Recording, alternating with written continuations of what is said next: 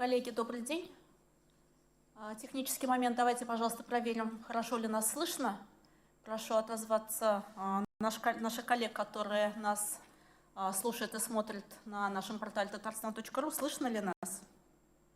Есть ли звук и видео?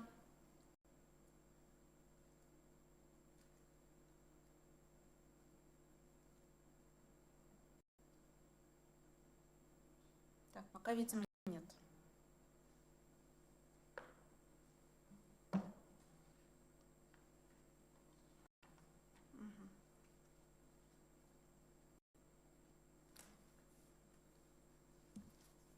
Итак, коллеги, давайте начнем. Добрый день. Сегодня наш брифинг посвящен ситуации по заболеваемости новой коронавирусной инфекции в Республике Татарстан и мерах профилактики в период праздничных дней. В нашем брифинге сегодня участвуют руководитель управления Федеральной службы по надзору в сфере защиты прав потребителей и благополучия человека по Республике Татарстан Потяшина Марина Александровна. Напомню вам, что наш брифинг проходит в дистанционном режиме. Прямая трансляция доступна на официальном портале Республики Татарстан, tatarstan.ru, в администрациях муниципальных районов Республики Татарстан в режиме видеоконференц-связи к нам подключены все муниципальные районы Татарстана. Также вы сможете задать коллеге тоже свои вопросы. Запланирована прямая трансляция на канале «Новый век». И также напоминаю, что свои вопросы, коллеги-журналисты, вы можете задавать в специально созданном чате для журналистов, получив аккредитацию пресс-службы президента.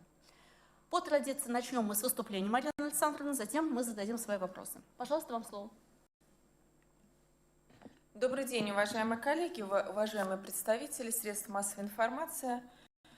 Сегодня мы поговорим действительно о коронавирусной инфекции, о мерах, которые принимаются Республикой Татарстан по недопущению распространения этой инфекции в нашей республике. Я подготовила несколько слайдов, Гульнар, и хотела бы, наверное, с них начать и прокомментировать. Вот из этого слайда, коллеги, вы видите, что на сегодня у нас в Республике Татарстан зарегистрировано 1208 случаев. Это достаточно большая цифра, которая заставляет нас говорить о том, что ситуация по коронавирусной инфекции, по новой коронавирусной инфекции, пока в Республике Татарстан остается напряженной и непростой. За прошлую неделю мы зарегистрированы 469 случаев за прошлую неделю. И вот за последние 3 дня, это воскресенье, понедельник и вторник, будем считать, что это вот те самые выходные дни, о которых мы говорили, это 248 случаев за последние 3 дня. И прирост ежедневный пока у нас держится на цифрах 7-8% ежедневный. А это тот прирост, который говорит о том, что на сегодня пока случаи прирастают и достаточно интенсивно. Следующий слайд, пожалуйста. Кто же у нас заразился и каким образом у нас заразились наши жители новой коронавирусной инфекцией? 1208 случаев. Вы видите, что завозной путь заражения, это 185 граждан, уже составляет не такую большую долю, как в начале своей истории это было в середине марта. Это всего лишь 15%. 827 граждан заразились контактным путем. И вы видите, из их количества, это 653, это внутрисемейные заражения. Это значит, что близкие, общаясь друг с другом, возможно, кто-то находится на самоизоляции, и кто-то из взрослого поколения ходит на работу и заражает своих близких. А это значит, что меры личной профилактики в семье не всегда соблюдаются, не всегда.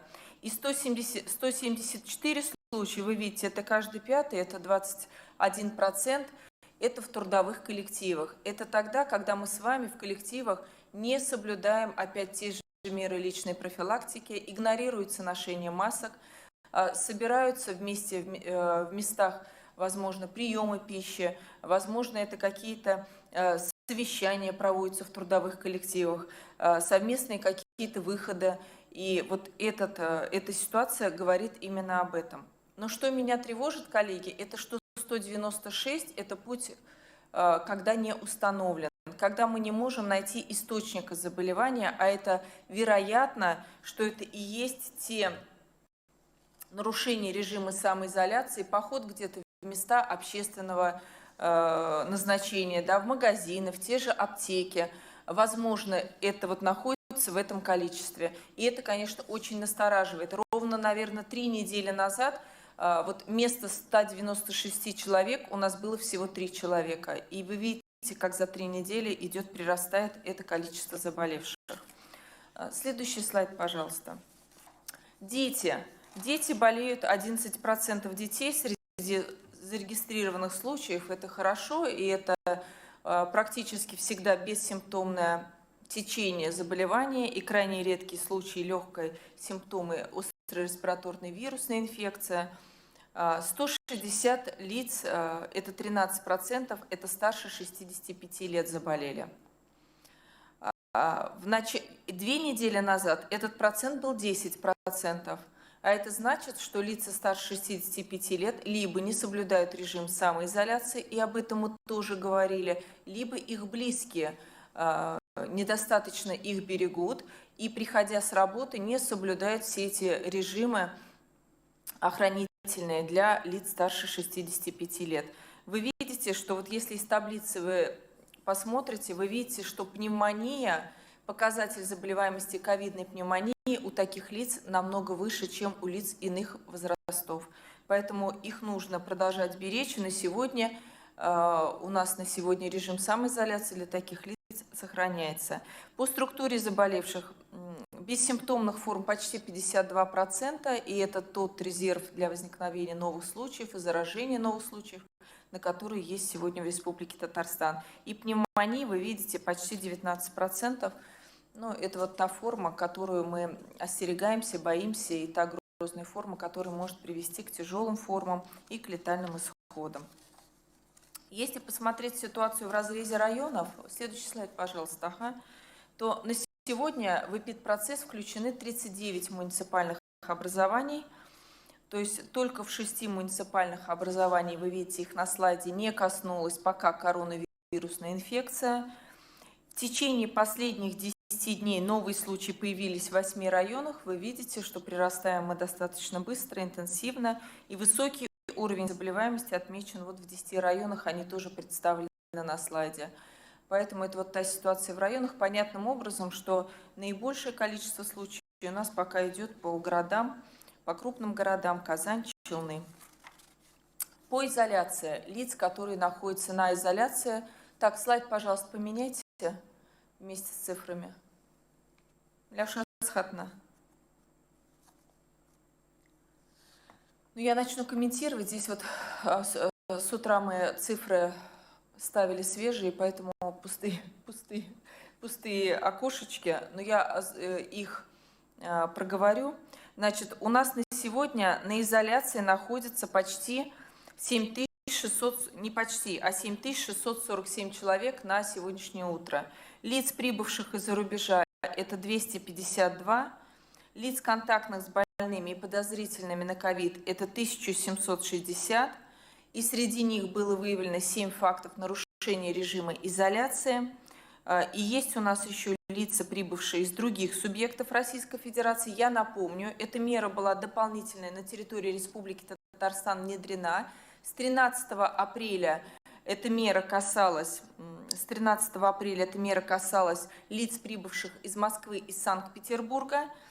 И с 20 апреля она коснулась прибывших из других субъектов Российской Федерации. На сегодня таких лиц, находящихся на изоляции, 5635.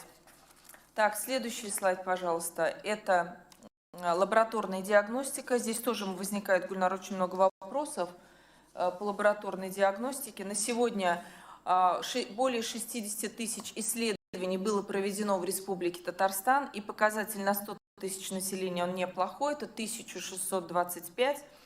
И сегодня 13 лабораторий на диагностику работают. Это 10 лабораторий в медицинских организациях системы здравоохранения, да, и проведено у них 48% всех исследований.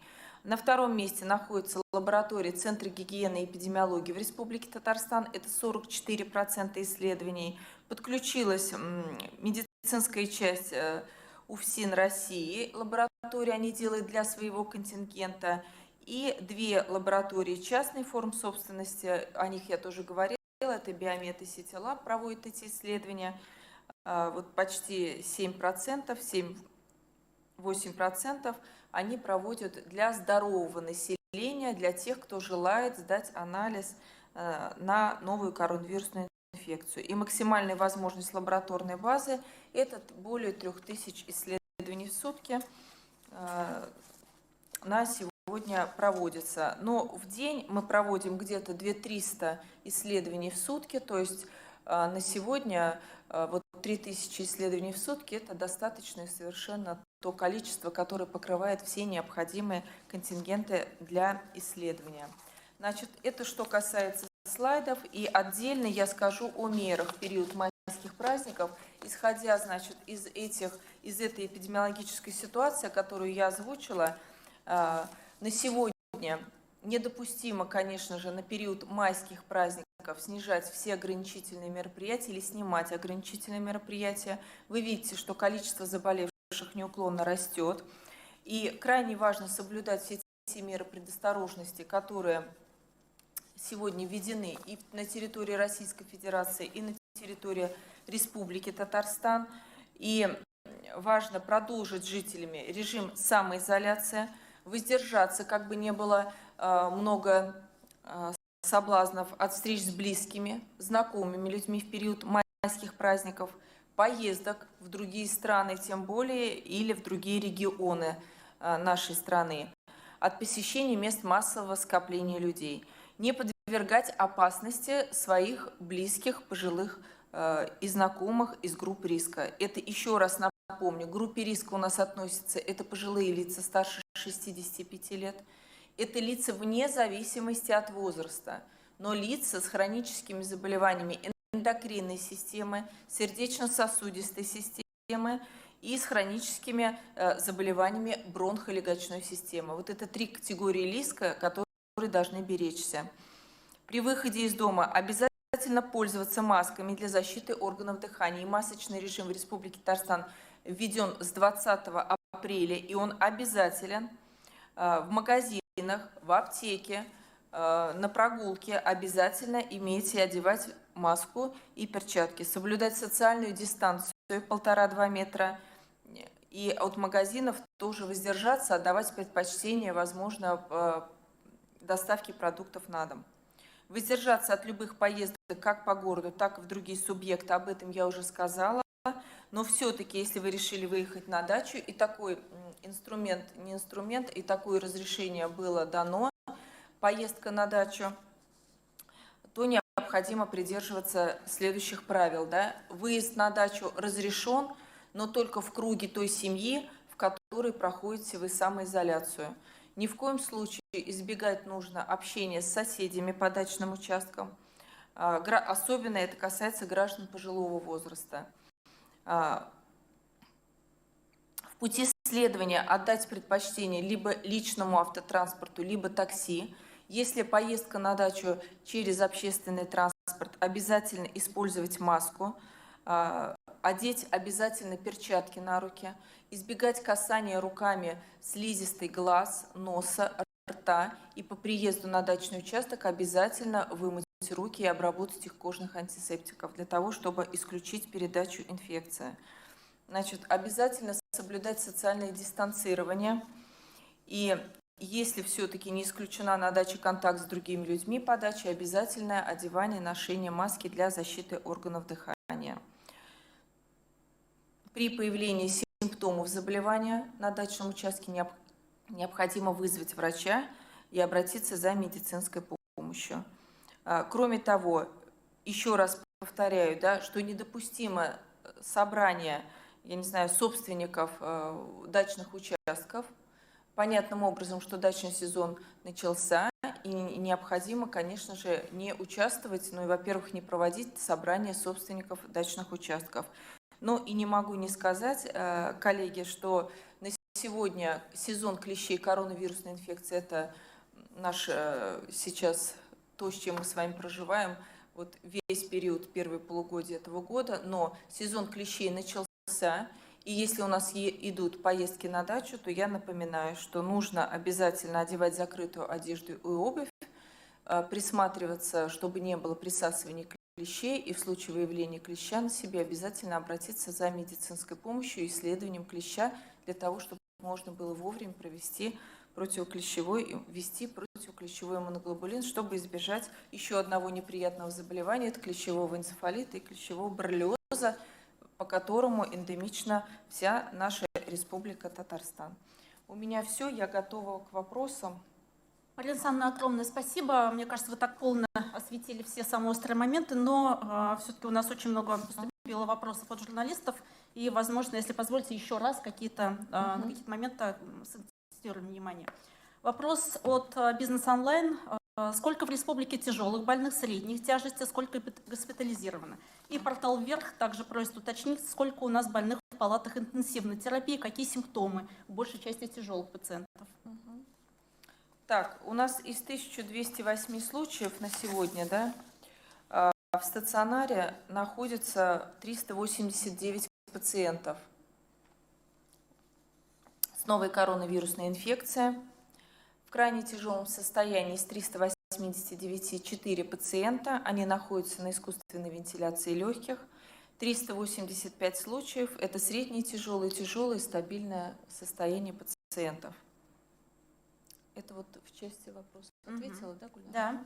Да. Значит, вопрос от портала Казанфест. Если в Республике Татарстан пациенты с ковид, которые заразились в магазине, не в аптеке, в любом общественном месте, или мы их не выявляем? Ну, Марина Александровна уже сказала, что мы их выявляем. Вы знаете, вот эти вот те 196, я считаю, путь которых не установлен, это как раз лица, которые, вероятно, в большинстве случаев посещали места общественного пользования, не пользовались средствами личной профилактики, либо, возможно, продавцы этих магазинов не одевали маски, да, и такие факты мы тоже видим в магазинах, когда продавец игнорирует средства защиты как собственные, так и для общественной профилактики. Поэтому, возможно, вот они в 196 случаев, но отдельно, вы же понимаете, что доказать случай передачи, сказать, что я вышел в аптеку, и вот там не было у продавца маски, и поэтому я заразился, ну, это крайне, ну, это невозможно, поэтому масочный режим, мы будем с ним жить долго, коллеги, поэтому надо к нему привыкать. Спасибо. Журналист Челны БИС просит задать такой вопрос. Появилась информация о новых вспышках заболеваний в медучреждениях, в частности, набережных Челнов. Сколько медиков сейчас под подозрением на ковид, либо уже с подтвержденным диагнозом, если есть такая у вас информация? Да. Коллеги, действительно, медицинские работники являются группой риска, да, и понятным образом, если медицинский работник работал в инфекционном стационаре, и он был готов, и он знает, и у него есть навыки работы с инфекционными больными, то случаи заболевания у таких врачей, медицинских сестер, младших медицинских сестер, они крайне редки. Это люди, которые готовы работать и могут работать с инфекционными больными. Но на сегодня у нас имеются единичные случаи среди медицинских работников. Это единичные случаи в нескольких медицинских организациях. И они связаны с тем, что пациент, будучи носителем коронавирусной инфекции, обращается в медицинскую организацию для оказания медицинской помощи иной, не связанная с коронавирусной инфекцией, не связанные с симптомами острой респираторной вирусной инфекции или пневмонии. И вот в этом случае врачи, вероятно, теряют бдительность и средства индивидуальной защиты не всегда применяют, поэтому эти случаи выявляют. В этом случае моментально и врач, и медицинская сестра по кабинету, и все контактные лица их по домашним очагам берутся под наблюдение, изолируются из коллективов, мы их наблюдаем, и далее вот, распространение инфекции в медицинском учреждении не происходит. Такие случаи есть, единичные, но это, вы знаете, это, наверное, издержки медицинской профессии в силу того, что они являются группой риска, и на сегодня такие медицинские работники, все медицинские работники подлежат обязательному обследованию на новую коронавирусную инфекцию. Спасибо. Интересный вопрос от газеты «Республика Татарстан». Правда ли, что заболевших мужчин почти в 2 раза больше, чем женщин? Неужели есть такая статистика? Вы знаете, у нас такая статистика есть, но она немножко иная, потому что вот этот вопрос, Гульнар, вы прислали мне чуть пораньше, да, у нас мужчин вот из 1208 получается 45%, и 55% женщин. У нас немножко иная, может быть, по стране она в пользу большего количества мужчин, но вот у нас ровно такая. Но если честно, да, я не думаю, что это имеет какое-то эпидемиологическое значение количество мужчин и женщин. Здесь, наверное, имеет значение навыки соблюдения личной профилактики, мытье рук, защиты органов дыхания, но ни в коем случае не половой признак играет какую-то ведущую роль в заболевании, либо не в заболевании. Большое количество у нас вопросов поступило по тестированию на коронавирусную инфекцию. Вот Казанфест задает такой вопрос. В Татарстане делают тест на ковид только нескольким категориям граждан. Людям с признаками ОРВИ, даже схожими с коронавирусом, если они не приехали за границей, не были в прямом контакте с заболевшими, тест не делают. С чем это связано? Будет ли изменен этот подход?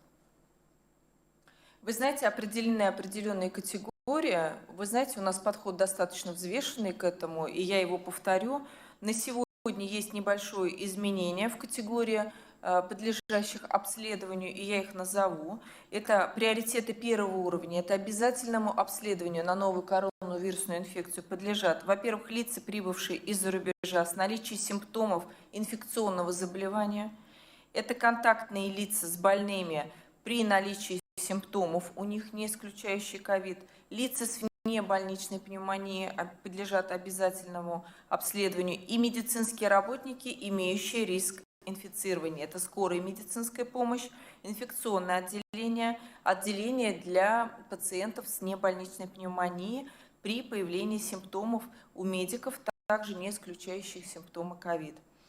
И лица, у которых появляются респираторные симптомы и которые находятся на сегодня в закрытых коллективах по длительному уходу. Это интернаты, пансионаты для пожилых и другие учреждения.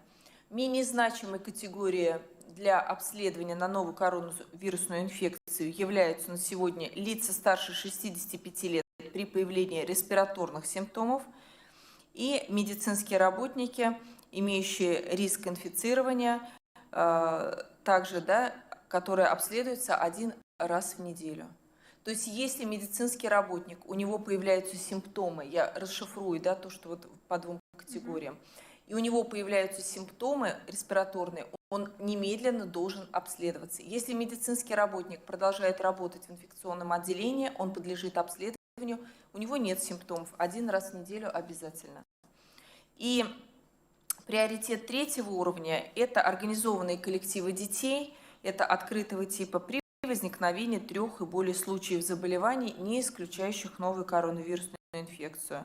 И иные контингенты относятся тоже к приоритетам более низкого уровня. То есть вы видите, что на сегодня лабораторная диагностика смещается в сторону лиц, имеющих симптомы заболевания и имеющие эпидемиологически значимое значение. Это в части прибытия из-за рубежа, либо имеющие контакт с больным или с подозрительным лицом.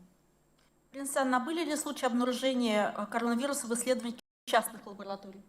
В частных лабораториях были несколько случаев обнаружения, мне кажется, 3 были случаи обнаружения. И у нас порядок такой: частная лаборатория проводит исследования у здорового населения, то есть обязательно врачебный осмотр такого пациента определяет, что у него нет симптомов острого респираторного вирусного заболевания, но он желает сдать тест на коронавирус.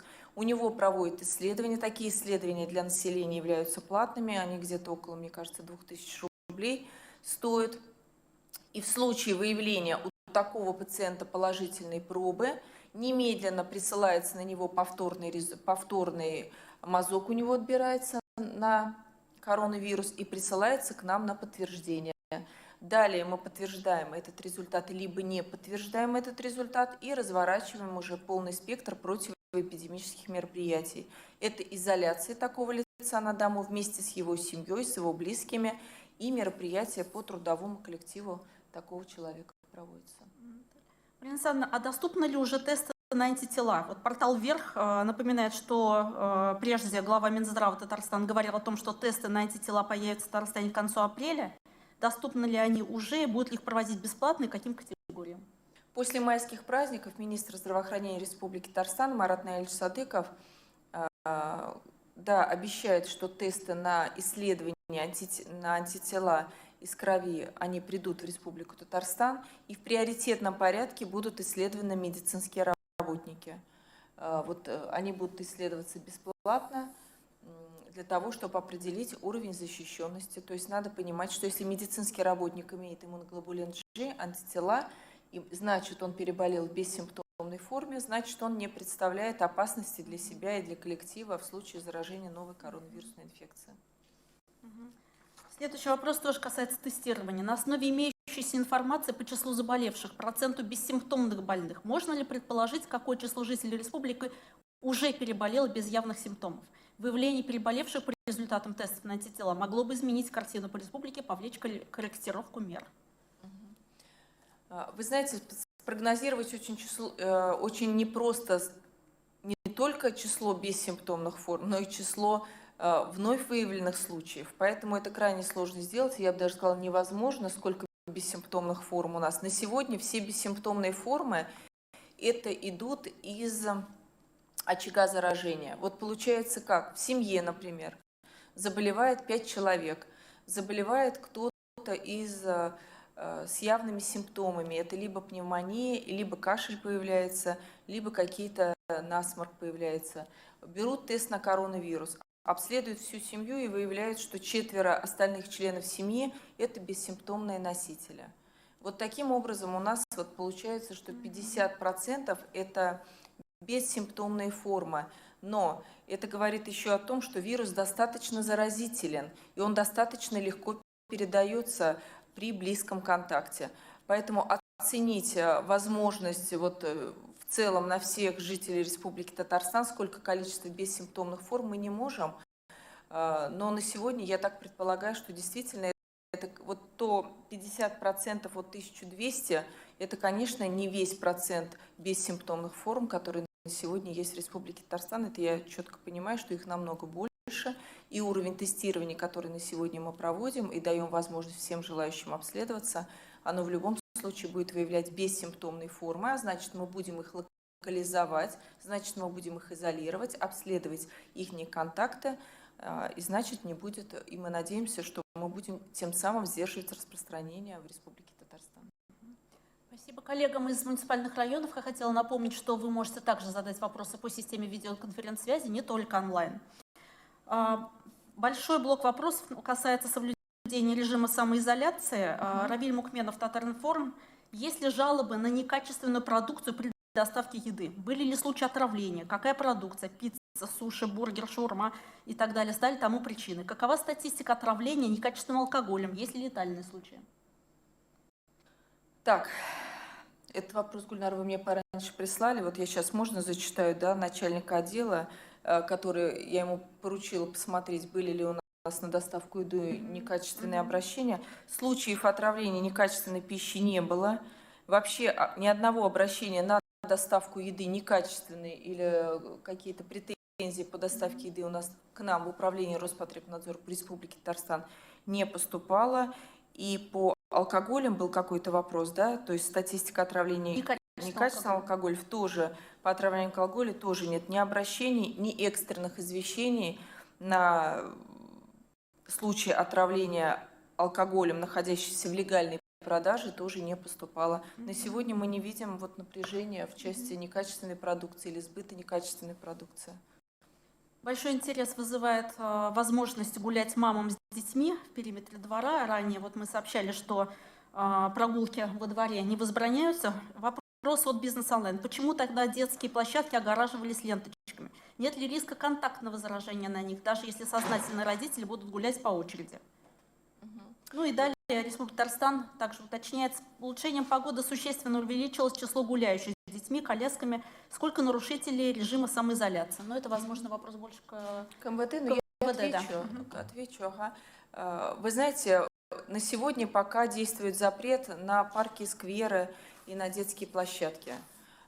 Действительно, вокруг дома выйти, возможно, не возбраняется выход вокруг дома, но на сегодня вы понимаете, что детские площадки тоже являются местом массового скопления людей, мам, детей. И очень тяжело представить себе, что мера, когда мы будем соблюдать социальную дистанцию на детских площадках или исключение контакта мамочек между собой, но она просто пока на сегодня, ну, как сказать, не будет работать, поэтому на сегодня, пока мы остаемся в режиме закрытия детских площадок, безусловно, после 12 мая, после майских праздников, мы будем рассматривать вопрос открытия и детских площадок, и парков, и скверов, но это будет зависеть от той эпидемиологической ситуации, которая сложится к 11 мая на территории Республики Татарстан. Поэтому на сегодня нужно воздержаться от всевозможного рода контактов. И вот по самоизоляции, буквально вот сейчас было совещание с Артемом Валерьевичем, министром МВД по Республике Татарстан. Мы вместе находились, я знала этот вопрос, что будет вопрос по самоизоляции, и уточнила у него. У него за нарушение самоизоляции суммарно органами МВД составлено 19 508 протоколов. Только 841 протокол составлен за последний день. Это протоколы касаются и отсутствия масок, и нарушения режима самоизоляции, и левая справка от работодателя, которая как будто бы имеет законное отношение по передвижению по городу. Вот эти все те протокола, которые были составлены. Более того, составлено 403 протокола в отношении родителей, где дети позволяют прогуливаться по улицам. Это тоже имеет значение, и это тоже наша с вами ответственность. 32 протокола составлено по фейкам, которые распространяют недостоверную информацию о коронавирусной инфекции. И 86 протоколов было составлено за нарушение карантина лиц, которые должны быть строго изолированы по домашним адресам. Это еще раз повторяю, что это лица, прибывшие из-за рубежа, это лица, находящиеся на карантине в связи с подозрением на коронавирус, или лица, контактные с больным или подозрительным на коронавирус. Более того, возбуждено 14 уголовных дел по коронавирусной тематике, но если кого-то, наверное, интересует эта статистика, можно в официальном порядке в МВД запросить. Вопрос от газеты «Коммерсант» вот только что поступил. Предполагаются ли какие-то новые меры усиления пропускного режима в Татарстане? Не планируется ли, в частности, отслеживать передвижение по номерам машин? Не знаю, насколько к вам, конечно. По номерам машин, вы знаете, мы отслеживаем только вот лица. Вот я вот показывала слайд, да, если можно, Миляша Асхатовна. У нас с пустыми ячеечками. Вот у нас есть лица, да, их 7600, которые должны находиться на изоляции. 7647.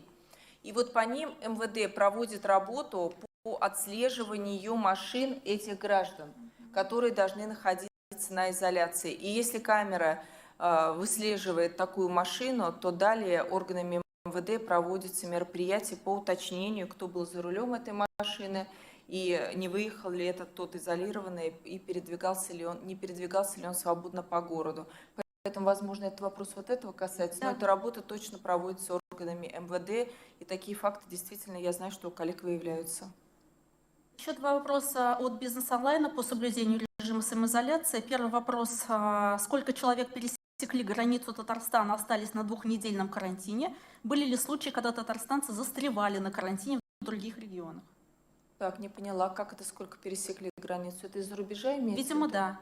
При необходимости. То есть они вернулись в Татарстан и были должны двухнедельный карантин на самоизоляции провести. На самоизоляции. Вы знаете, я вам сейчас назову общую цифру, да, сейчас я ее найду, потому что суммарно с января месяца цифра прибывших из-за рубежа, буквально минутку, которые у нас находились на самоизоляции.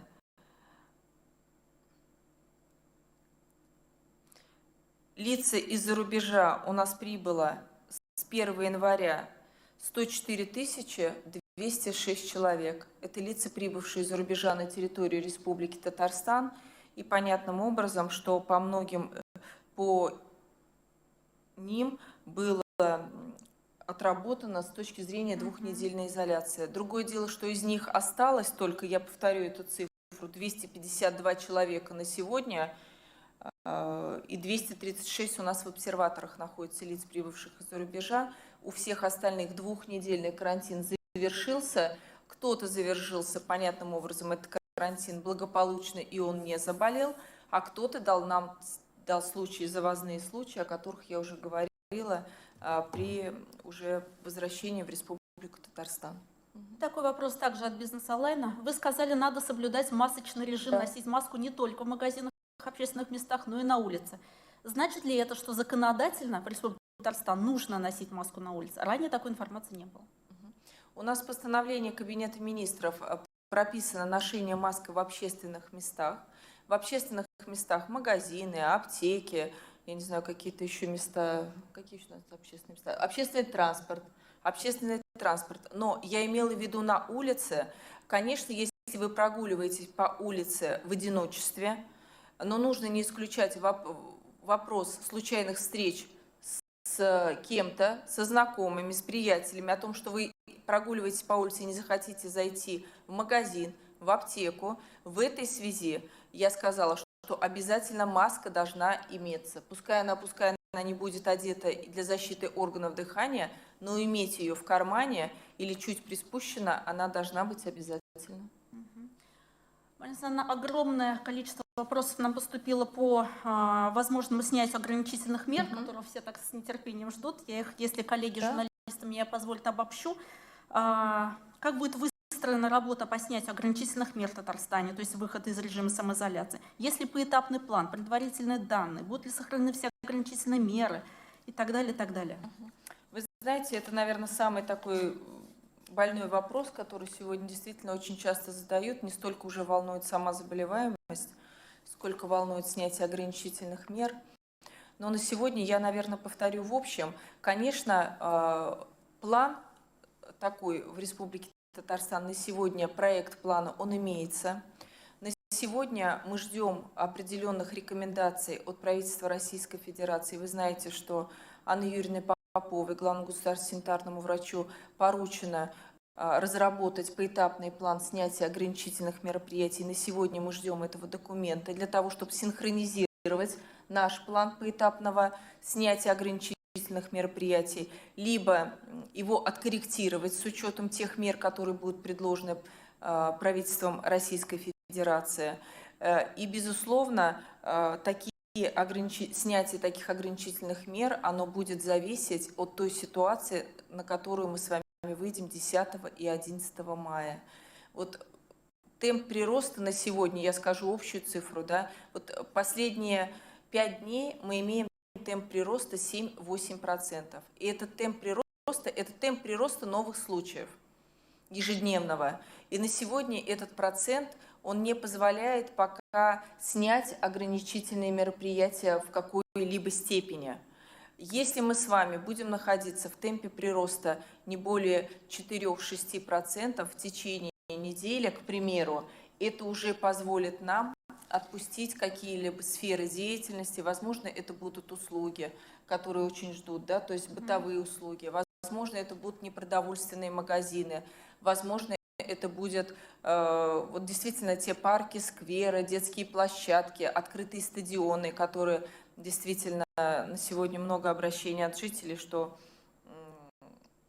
потребность в этом действительно есть. Поэтому давайте немножко потерпим, и от того, как мы с вами дисциплинированно будем выполнять меры самоизоляции, меры личной профилактики, меры общественной профилактики, будет зависеть, как скоро мы с вами все это завершим.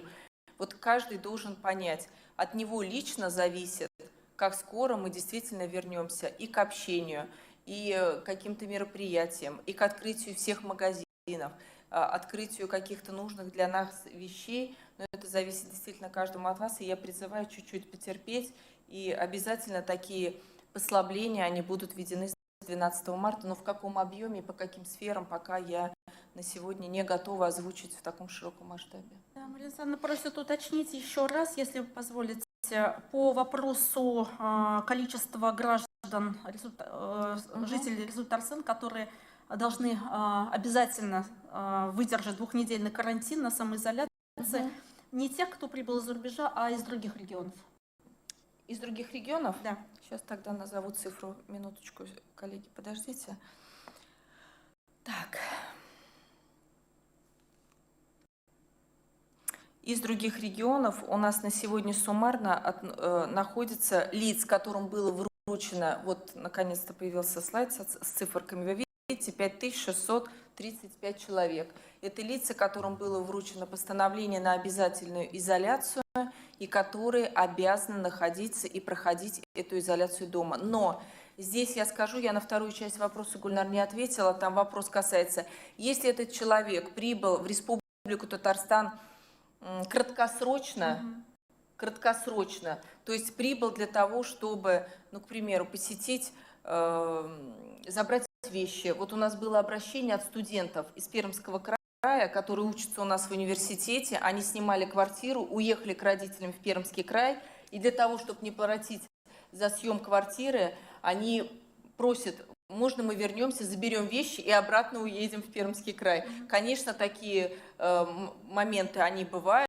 и мы не возбраняемся, что эти люди приедут на 1-2 дня в Республику Татарстан по каким-то неотложным своим делам и снова покинут ее. Это тоже касается лиц, которые прибывают к нам в командировку и убывают в свои регионы.